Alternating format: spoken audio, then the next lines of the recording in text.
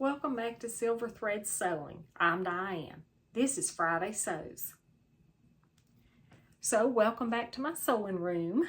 I first want to say thank you to Jen from Today in Jen's Sewing Room for starting this hashtag and allowing all of us to join in. I started not to do a Friday Sews today because honestly I don't have a lot of new stuff that I have made to share with you. Got a couple projects that I did finish up and a couple of things to show you. So I'll be brief. I do have an update to my sewing room. And yes, I did say that I would never change it again and that everything was right where it was going to stay. But this technically is not my fault. It's my daughter's fault for moving and not having room for her craft table. So I'm going to insert the little video showing you what she and her husband gifted me with this week. And I'm so grateful for it, and I'm just over the moon with it. But this will be the last change to my sewing room this year. At least this year, I think. But don't hold me to it. I can't promise. Anyway, here's what happened. So this happened this week. Now, I have said before that I was going to leave my sewing room as it was, and I had every intention of doing so. But my daughter and her family are moving into their permanent home, and she didn't have room for her craft table that her husband had built for her. Now, these shelves here, they actually hold up the top of the table, and there's another set at the other end. But my room is smaller, so I don't have room to have both the shelves out, like on end to end. So she was going to have to get rid of this table, and I have kind of envied it ever since she's had it. Not to the point that I wanted hers, but I desperately wanted one like hers. So when she realized that she was not going to be able to use it at her permanent home, she wanted me to have it. And I jumped at the chance, and I felt guilty for taking her table, but she assured me that she was happy for me to have it. Now, the top of her table was a dark stained wood, and when I brought it in here, when Greg and I brought it in and set it up, it just took so much of the light. It's like it just absorbed the light, and I couldn't see real well on that dark wood, so I painted it white. The shelves were already white, but I went ahead and painted the top white. It needs another coat because there's some streaks in it, but regardless of whether I do that or not, I'm so happy with it. And my son-in-law Jonathan, he built it, and Callie used it for a long time, and she's actually come down a couple times this week to use it. She does a lot of crafting on her Cricut machine, Cricut Maker, or on mine, whichever's handy. So she came down a couple times this week to make some decals and things for her niece and nephews, their nieces and nephews for Halloween, for their costumes. So I have my interfacing right here, and I have my sleeve board right there. This is some more pressing tools, my ham and my just some of my pressing things, and I'm messing up the focus, sorry. I've got my little Singer sewing machine right here, and my cutout projects there, and that's just scraps of interfacing. And then I still have my fabric in tubs underneath, and then on these back shelves right here, I have my hard covers for my sewing machines. I have my little bit of stuff that I have when I make a video, my little tripod and my light and little things like that, but I'll take you around and show you. But this table is a great size. It's about a foot less wide than my two white tables were, which is really good because I have more room at the little pressing station here and to get around over here. Everything's a mess. I didn't clean it up as usual. And on this side, I still have my, my little pull-out drawers. I turned this cabinet around so the back of it's against that wall, and I can get to both sides of the table, and I've got some Peltex, some wallet making supplies there, and like I said, all my fabric is stored neatly under there in the tub, so I'm real happy with that. And I have room now to get around on both sides. So I'm so happy with the sewing table. It does need another coat of paint. It's got some streaks and all that in it, but it's so solid and sturdy, and it's not nearly as easy to accidentally move as my two white tables were.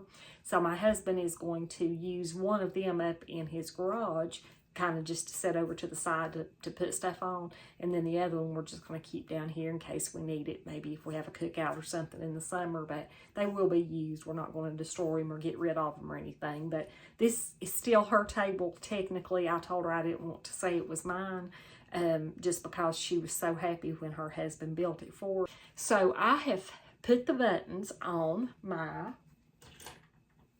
Love Notions Melody Dolman, and I think it still looks pretty good as far as the pattern matching down the front. I put the pocket on.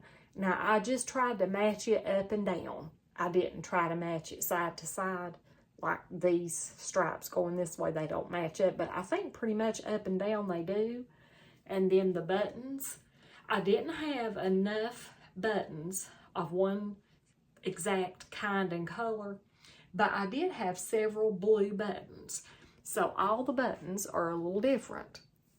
They all, I think, have 4 holes, but they're shaped a little differently. They're the same size, and I don't know if you can even see that, and the same shades of blue, but they're all just a little bit different. So it's very eclectic, and I don't mind that. I kind of like that, as a matter of fact.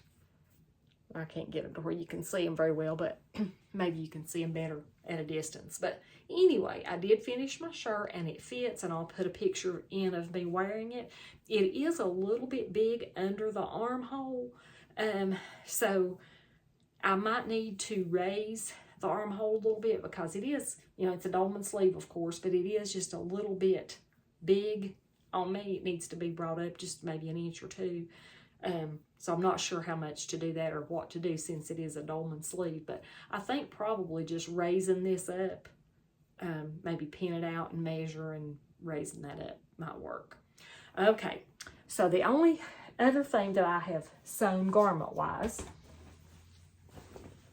I did finish up my little cargo pant, or my little capri pants. I just took the band, I took the waistband off where I had lengthened the rise in them by 2 inches. I just took that 2-inch band off and put the elastic in at the top, just like you would pajama pants, and just turned it down. So it does have narrow elastic. They are a little bit short in the length on me, but they did come out true to the pattern. And I'll put the pattern number in. But I do love them. I love the back pockets. And I don't know if I can get a picture in these or not by myself. There's nobody here to take a picture, but I'll try. But I do like these. I still like the Largo Cargos. They're my favorite, I think. So I had taken a notion the other day that I wanted to make some little coasters as gifts. And I thought, you know, pumpkins, since Thanksgiving's coming up, and I had this orange, I call it Swiss dot. It's orange, but it's got a little white dot on it. And I had quite a bit of it. And I just went online and got a free coloring page, like a children's coloring page, and printed off a pumpkin. And I printed it off, and then I cut through so I would have some quilting lines. And I made a little coaster. Just a little pumpkin, and I quilted the lines in, and I just had a piece of brown felt, and I put that in the turn where I left a hole to turn it. I put the stem in, and I made a purple one and did the very same thing, and I just put a little piece of thin batting in them to make them have just a little bit of stability and to use as coasters. And I had planned, you know, we've got a favorite waitress where we go to breakfast sometimes, and just several people like that, you know, the receptionist at my doctor's office, and things like that. And I just thought, well, I'll make a whole bunch of these and just maybe put like 4 in a little bundle and put a ribbon around them and make them as little gifts and give them out between now and Thanksgiving. I made 2 and I was just so sick of them. I didn't make any more. So there's no use to lie. I just didn't enjoy making them. Now maybe I'll take a spell one day and I'll decide I want to make pumpkin coasters again, and maybe I will. But right now I just didn't feel like I wanted to do it again. So that's all that I have actually sewn this week, was finishing up those 2 projects. But I'm glad to get those 2 things done so I can move on. I've got another one of the Lisbon cardigans, but I cropped it by like 4 inches. I wore my Lisbon cardigan over a dress to church on Sunday, and I'll insert a picture. It was the regular length cardigan, and I really like it. And I think if I can get this little cropped one made, it would look really pretty over like a fit and flare dress, an A-line dress. If it just hit me at my narrowest point and then the dress flares out from there, I think that it might look really good. And I had enough of that gray sweatshirt fabric to get it cut out, sleeves, cuffs, everything. And I did crop it by a good 3 or 4 inches. So hopefully I'll let you know next week how that turned out. Went to Walmart a couple days ago, and they had 2 fabrics that I got. I started to say I couldn't live without, but of course I can live without them. But in the past, I've never really been a green fan. I don't know. I never was drawn to green. I love grass and trees and the tops of strawberries, but I just never was drawn to green fabric. But they had this really pretty knit fabric, and it's already been washed, but it is absolutely beautiful. It's a little heavier than what you normally would see at Walmart. It's got, I guess if I stretch it, you can see a little bit through it, but it's not a cotton knit. I think it might be a rayon knit, maybe. I don't know. I don't know what it is, but it's not, it doesn't feel like the slinky, thin knits that you normally get there. It feels much more substantial than that. And when I saw this sweater knit, I had to have it to go with this. And I'm thinking a dress out of this and then a cardigan to go with it out of this. And both of these pieces together, I think this one was $4 and the sweater knit was $3. So I got both of these pretty substantial fabrics for $7. So I thought, I just hated to leave them behind. So I got 2 fabrics for $7 at Walmart, but that's all I've bought this week. I will give you a little bit of a life update. And if you don't want to hear this, go ahead and stop now, because it is, I wanted to tell you about my injection. So I had an appointment the first of the week, and I actually filmed just a little something before we left. I looked like something the cat spit out on the rug, but I didn't have any makeup or anything on. But I did film just a little something for you on Monday, and I'll put that here. So today is Monday, and it's time for my injection in my eye. I had a call on Saturday that my doctor is having to retire. So I'm going to be seeing a new doctor today. And can't wear any kind of makeup or eye makeup or anything because of the risk of infection. So I look like death warmed over. But yeah, so I look like I've been dug up. But, it is what it is, and it doesn't make that much of a difference. But I feel weird without having any makeup on. But I appreciate everyone who said they would be praying for me and who was sending their best wishes and all that. I really appreciate the kindness. But I will check back in with you guys when I'm able to, and hope to be back on Friday for Friday Sews. Have a great week. So I was planning to do another little bit, maybe when I left the doctor's office or after I got home that evening, but that didn't work out so well. So I'll just tell you real briefly. I did get a new doctor. Of course, because of their privacy and all that, they didn't say why, but my doctor that I've been seeing for the last year, they said he had decided to retire.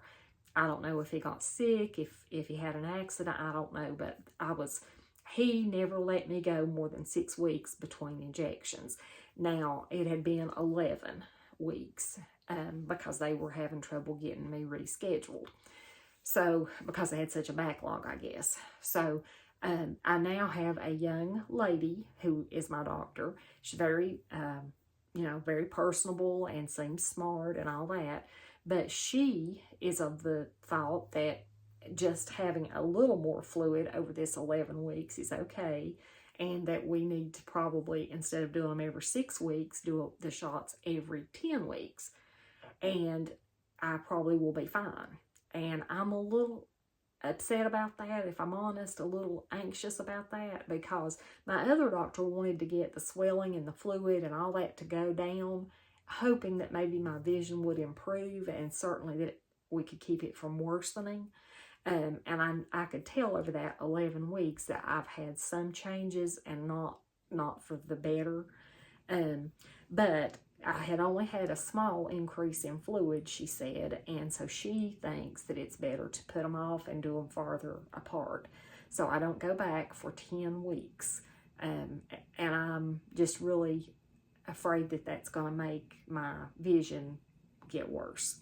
But anyway, I'm going to watch it really closely, and if I see any changes, I will call them. But I kind of got the impression that they have a really big backlog of patients where my other doctor has been out for all these weeks and they didn't really have anybody to cover or fill in adequately. So I kind of got the feeling that they're overwhelmed with patients, and that maybe they're trying to space us out a little bit farther so they can get caught up. I hope that's not it, and that certainly is not what they said, but that was my impression. But that could be wrong. So anyway, everybody that has commented about it and it's been praying for me and wishing me well, I just wanted you to have that update and wanted to say thank you so much, and don't stop now because I'm just really anxious about it. But it'll be fine. It'll be fine. If I notice any major changes, I will call them immediately. So I think that is it for me today, and I do apologize that I didn't have anything exciting done or to show you, but I hope everybody's well. And just remember, if you enjoy sewing, it's a wonderful hobby, and don't ever stop just because things don't work out. Keep going. Besides, it keeps us out of all that trouble I mentioned last week. We don't have any time or any money to get into trouble, so just keep sewing, and it's great therapy. But I hope everyone has a great weekend and enjoy all the Friday sews. Bye.